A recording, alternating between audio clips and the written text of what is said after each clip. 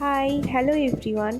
আচ্ছা, এই গরমে এরকম যদি কাঁচা আমের কাসুন্দির সঙ্গে গরম ভাত, তাহলে তো আর কিছু চাই না বলো। গরমকাল পুরো জমে যাবে। তো এরকমই আমার বাড়িতে অনেকগুলো কাঁচা আম পড়েছিল, তাই ভাবলাম চলো তোমাদের সাথেও রেসিপিটা শেয়ার করা যাক। এর জন্য যে মশলাগুলো লাগে সেগুলো আমার কাছে ছিল না, ওই জন্য দোকান থেকে কিনে নিয়ে আনলাম।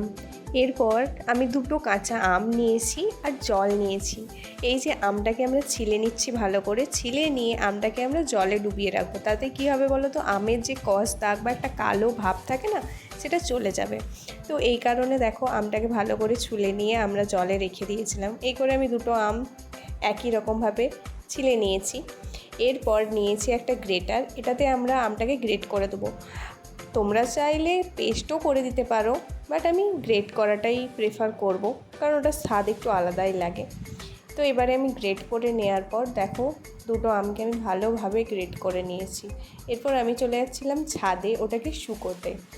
এবার এত গরমে ছাদে যাওয়াটাও একটা মুশকিল ব্যাপার, তারপরও আমি ভাবলাম এটাকে শুকিয়েই করি। না হলে তোমরা চাইলে একটা এখানে ভিজে কাপড়ে ছেঁকেও নিতে পারো, আমি রোদেই দিয়েছিলাম। এরপর কাসুন্দির জন্য আমরা কিছু মশলা ভেজে নেব। হ্যাঁ, আমি ভাজা মশলাতেই করব। তো দেখো এর জন্য গ্যাসটা ধরিয়ে নিয়েছি। এরপর নিয়েছি দুটো সর্ষে, একটা কালো সর্ষে একটা সাদা সর্ষে, এটাকে ভালো করে ভেজে নিচ্ছি। আর একটা মশলা নিয়েছিলাম, সেটাতে ছিল পানমৌরি, তেজপাতা, শুকনো লঙ্কা, মেথি, গোটা জিরে আর গোটা গোলমরিচ। ওই মশলাটাকেও আমরা ভালো করে ভেজে নিচ্ছি।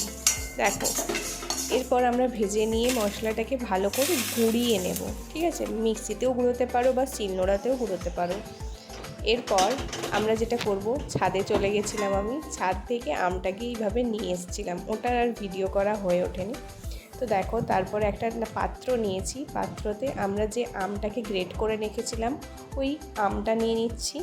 এরপর পরিমাণ মতো হলুদ গুঁড়ো, পরিমাণ মতো নুন, তারপর তোমরা যতটা ঝাল বুঝবে সেই অনুযায়ী লঙ্কার গুঁড়ি দিও। ঠিক আছে, আমি এখানে কুকমির লঙ্কা গুঁড়ো পরিমাণ মতো দিয়ে দিয়েছি, তোমরা তোমাদের ঝাল বুঝে দিও। এরপর যে ভাজা মশলাটা আমরা ভেজে গুঁড়িয়ে রেখেছিলাম সেটা দিয়ে দেবো। পুরোটা দেবে না, পরিমাণ মতো দিও আর বাকিটা রেখে দিও, পরে করে আবার খেও।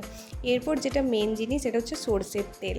সর্ষের তেল ছাড়া কাসুন্দি হবেই না, তো সর্ষের তেলটা দিয়ে আমরা ভালো করে মেখে নিচ্ছি। মেখে নেওয়ার পর তাহলেই রেডি। এরপর একটা কাঁচের জারে ভরে সেটাতেও সর্ষের তেল দিয়ে রোদে দিও।